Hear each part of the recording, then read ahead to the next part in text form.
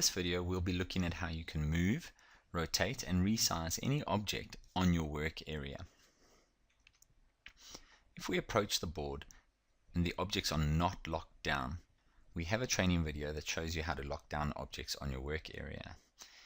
If I simply want to move it, I come up to the board and touch and hold my finger against the board and drag the object where I'd like it to go. When I click and do that, it doesn't bring up the border to show me that it's that object I've selected. However, if I'd like to go and rotate or resize the object, I would need to click on it and release. This brings up the border to show me the object that I'm dealing with. And straight away you can see I have two handles and a drop-down menu. We're going to look at the two handles. The first handle on the top is the green handle, and this is known as the rotate handle. If we take our finger and mouse and hover above the green handle, you'll see that it changes to a turning symbol. We simply click, hold, and this allows me to rotate. The bottom handle is my resize handle, and if I go hover over that, you'll see that it shows the double-sided arrow, and if I click and hold and move it, this will allow me to resize my object. Why would we want to do this?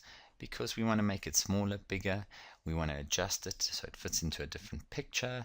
We have used handwriting and we want to convert it into text and make the text smaller so that it fits in line with my pictures.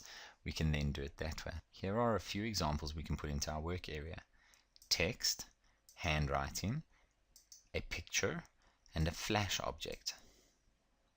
Let's start with the text. When I click on it, same border, resize and rotate. So I can resize, I can rotate the text if I want to put it sideways and I want to go use it in a diagram, I could do that.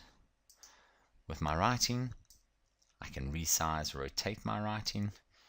A second step would be, if I've converted it to text, I can then go resize that text if it's too big and add it to my picture.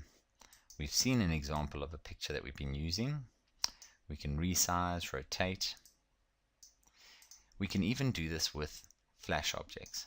So that is obviously too small for the children at the back to see, so we increase it and we can roll again. With the flash object, it's slightly different about moving this object.